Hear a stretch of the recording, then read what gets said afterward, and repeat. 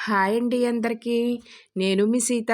ఎలా ఉన్నారండి అందరూ? బాగున్నారు కదా? నేనైతే చాలా బాగున్నానండి. మీరు కూడా బాగుండాలని మనస్ఫూర్తిగా కోరుకుంటున్నాను. ఫస్ట్ టైం నా వీడియో చూస్తుంటే ప్లీజ్ సబ్స్క్రైబ్.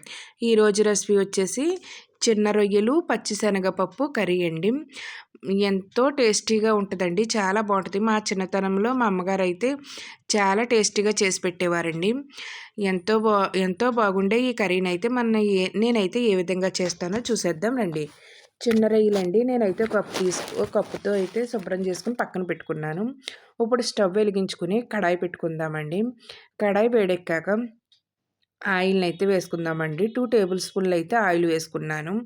ఆయిల్ వేడెక్కాక సన్నగా తరిగిన ఉల్లిపాయ ముక్కలు, పచ్చిమిర్చిని వేసుకున్నానండి. అలాగే రుచికి తగ్గ సాల్టు, చిటికెడు పసుపు కూడా వేసేసుకున్నానండి.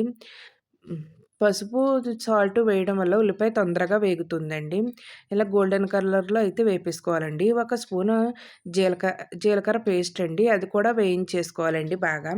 నేనైతే ఒక 3 టమాటాలనైతే ఇలా చిన్న ముక్కల కిందగా అయితే కోసుకున్నానండి. ఆ టమాటాలను కూడా వేసేసుకుని బాగా మగ్గించేసుకుందామండి. బాగా కలిపేసుకుని మూత పెట్టేసి మగ్గించేసుకుందామండి. ఇలా మయంగా ఒకసారి చూసుకుంటా ఉండండి.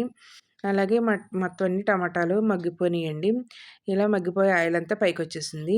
ఇందులోనే ఇప్పుడు ఒక స్పూన్ కారం, ఒక స్పూన్ ధనియాల పొడి, ఒక స్పూన్ గరం మసాలా వేసుకుందామండి. వేసుకొని ఈ మసాలాలు కూడా బాగా కలిపేసుకుందామండి. ఈ బాగా కలిపేసుకున్న వాటిలో అయితే చిన్న రొయ్యలండి. ఈ చిన్న రొయ్యలను కూడా ఇందులో వేసేసి బాగా వేయించేసుకుంటున్నానండి. ఇందులో రొయ్యల్లో వాటర్ ఉంటుంది కదా! ఈ వాటర్ అంతా పైకొచ్చేదాకా మనం మూత పెట్టేసి మగ్గించేసుకుందామండి. వాటర్ అంతా వస్తది కదా! ఇలా వచ్చి వాటర్ అంతా ఇంకిపోయి ఆయిల్ అంతా పైకి రావాలండి. ఈ విధంగా అయితే మయంగా మూత పెట్టుకున్న తర్వాత మయంగా ఒక్కొక్కసారి చూసుకుంటా ఉండండి.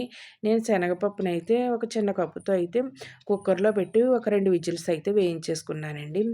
అయి అయితే వాటర్‌తో సహా మనం ఇందులో వేసేసుకోవాలండి. వేసేసుకుని బాగా కలిపేసుకోవాలండి. అలా మొత్తం అంతా కలిపేసుకోవాలి. ఇలా కలిపేసుకున్న వాటిలో అయితే కొద్దిగా మనం వాటర్ కూడా వేసుకోవాలండి. ఇలా వాటర్ కూడా వేసేసుకుందాం.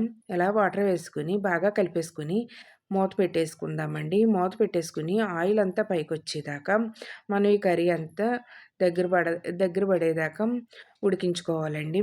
ఇలా ఉడికించుకున్న దాన్నైతే మూత తీసుకుని ఒకసారి కలుపుకొని చూసుకోవాలండి. ఇప్పుడు ఒక బౌల్ తీసుకున్నామండి. లాస్ట్‌గా అయితే కొత్తిమీరనైతే సన్నగా తరిగిన కొత్తిమీరని కూడా వేసేసుకుని బాగా కలిపేసుకోవాలండి. కలిపేసుకుని స్టవ్ కట్టేసుకుని ఇప్పుడు ఒక బౌల్ తీసుకుని ఆ బౌల్‌లో అయితే ఈ కర్రీ అయితే వేసేసుకోవాలండి. ఎంతో టేస్టీగా ఉండే ఈ కర్రీ అయితే రెడీ అయిపోయిందండి. మా చిన్నతనంలో మా అమ్మగారు ఎక్కువగా వండేవారండి. చాలా బాగుండేదండి ఈ కర్రీ. పచ్చి రొయ్యలు, శనగపప్పు కర్రీ అండి.